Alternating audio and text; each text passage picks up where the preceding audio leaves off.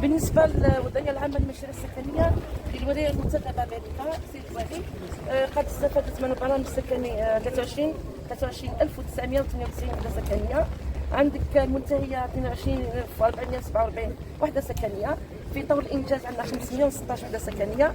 البرنامج المسجل على مستوى الولايه المنتدبه عندنا 1035 وحده سكنيه. اذا السيد الوالي او عندك تقريبا 1600 وحده سكنيه في طول الانجاز وفي طول الانطلاق، باش توقف عليها انت شخصيا، باش دير المجهود نتاعك باش هكذاك تبين المفاضله كيفاش كانت مقبل كان يتراوح مكانه، ودركا باش تسرعوا للناس باسكو عندك بزاف الناس راهي قاعده تنتظر.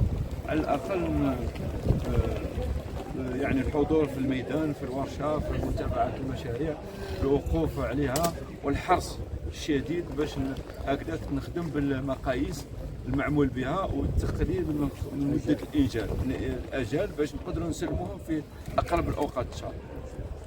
داكور رمضان، شكون اللي درتي له مستقلف بالقطاع نتاعك على مستوى الولايه المنتدبه؟ هو هنا عندي سبديفيزيونير هذاك قولي له يحرص باش يكون باتصال مباشر مع السيد الوالي المنتدب باش يحرك لنا المشاريع، باسكو كاين تعطل هنا على مستوى الولايه المنتدبه بارك كل بلديه تاعها، كاين تعطل وكاين تاخر فيما يخص انجاز وتسليم المشاريع ولا سيما السكنيه منها.